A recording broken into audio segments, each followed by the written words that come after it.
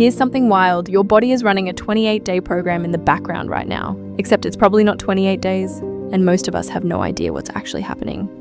I'm Fleur, and today we're breaking down the menstrual cycle day by day. Not the sanitized version you got in health class. The real science. Because here's the thing. When you understand your cycle, suddenly your energy levels make sense. Your mood shifts make sense. Your cravings make sense. And here's what nobody talks about. Your relationships make sense too. Your body isn't random. It's cyclical. Let's get into it. First, let's talk about what we got wrong. Remember learning that a normal cycle is exactly 28 days? Yeah, that's actually a myth. A healthy cycle can be anywhere from 25 to 35 days, and it can vary month to month for the same person. The 28-day thing? That's just an average. It's like saying everyone is 5'7". Some people are, most aren't. So if your cycle is 26 days or 32 days, you're not broken. You're just you. Now here's why understanding your cycle actually matters. Your hormones don't just control your period. They control your energy, your mood, your skin, your metabolism, even how you respond to stress. But here's what's really interesting. They also control how you show up in relationships, how you communicate, what kind of intimacy you crave, even whether small annoyances feel manageable or unbearable. Once you know what phase you're in, you can work with your body instead of wondering why you feel completely different from week to week. Your cycle has 4 distinct phases. Think of them like seasons, but here's the key. These seasons don't just change your uterus. They change who you are in a relationship. Phase 1, menstrual. That's your period, the winter of your cycle. Phase 2, follicular. Your body is gearing up. This is spring. Phase 3, ovulation. Peak fertility, peak attraction. This is summer. Phase 4, luteal. The winding down. This is fall. Now let's break down what's actually happening in each phase, biologically and emotionally. Day 1 of your cycle is the first day of your period, not spotting, full flow. This is winter. Biologically, your estrogen and progesterone are at rock bottom.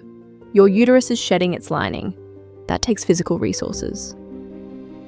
In your relationship, this is often when your desire for external connection is lowest. You might feel withdrawn or touch averse. That's not a sign your relationship is failing. It's a biological signal to conserve energy. Intimacy here might not look like wild sex. It might look like safe, non-demanding touch. Spooning, a back rub, just watching a movie in silence. Your superpower right now? Intuition. If you're feeling something strongly during this phase, listen to it. But maybe wait to communicate it until your energy returns. Here's what's normal. Bleeding for 3 to 7 days, losing about 2 to 3 tablespoons of blood total. Yes, tablespoons. It feels like more because it's mixed with other fluids. Red flag. Soaking through a pad or tampon every hour or bleeding for more than 7 days. That's worth talking to a doctor about. Next is the follicular phase, spring. The follicular phase actually overlaps with your period. It starts on day 1 and runs until ovulation.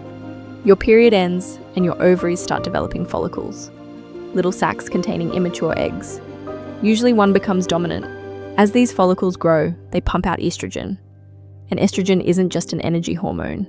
It makes you curious and open to the world. In your relationship, you'll notice your patience returns. You're more playful, more willing to compromise, more interested in novelty. If you're dating, this is the best time for a first date. Your verbal skills are actually sharper right now. If you're in a partnership, this is the time to try that new restaurant or bring something new into the bedroom. Your body is literally primed to say yes to new experiences.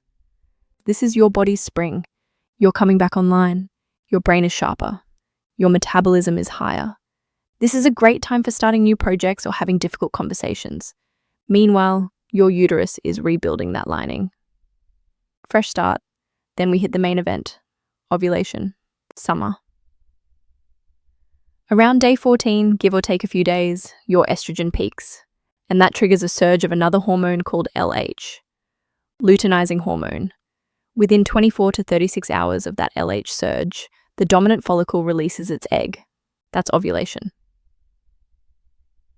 The egg then travels down the fallopian tube. It's only viable for about 12 to 24 hours. But sperm can survive in your reproductive tract for up to 5 days. So your fertile window is actually about 6 days total. But here's what else happens. You also get a little spike of testosterone.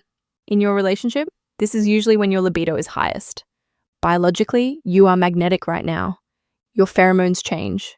Your voice actually gets slightly higher. You might feel more confident and assertive. This is the expansion phase. You want to be seen. You want to socialize.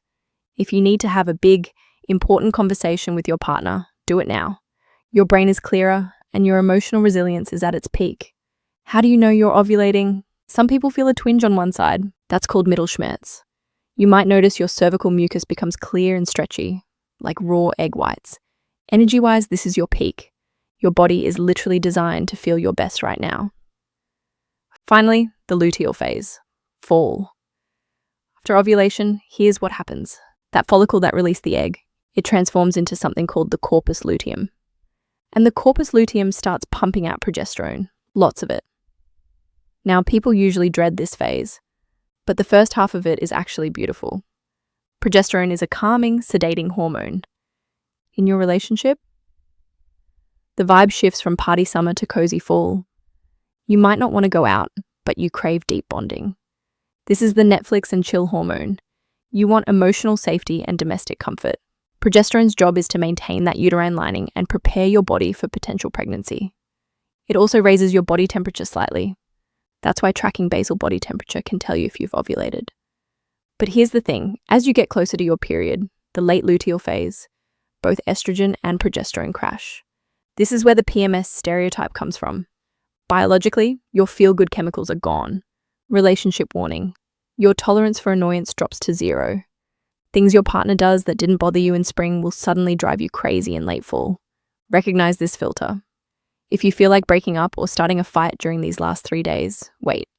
Wait until day 3 of your next cycle. Usually the feeling disappears when the hormones return. Now, if pregnancy doesn't happen, the corpus luteum breaks down around day 24 to 26. Progesterone drops, estrogen drops, and that hormonal crash is what triggers your period. Irritability, mood swings, fatigue, cravings. You're not imagining it. Your hormones just fell off a cliff. And then we're back to day 1. The cycle starts again. So what do you actually do with this information? 1. Track your cycle. And I don't just mean marking when your period starts. Pay attention to how you feel in each phase.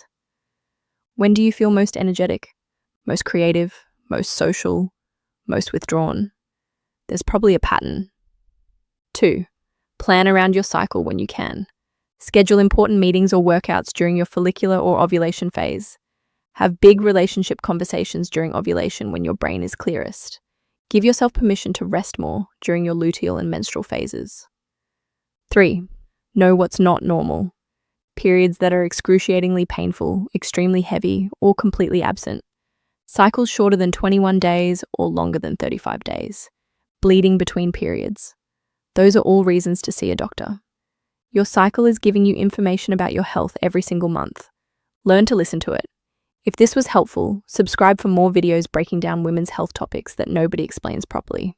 Next week, we're talking about the 4 hormones controlling your life: estrogen, progesterone, testosterone, and cortisol, how they interact and why that matters. I'm Fleur. Thanks for watching.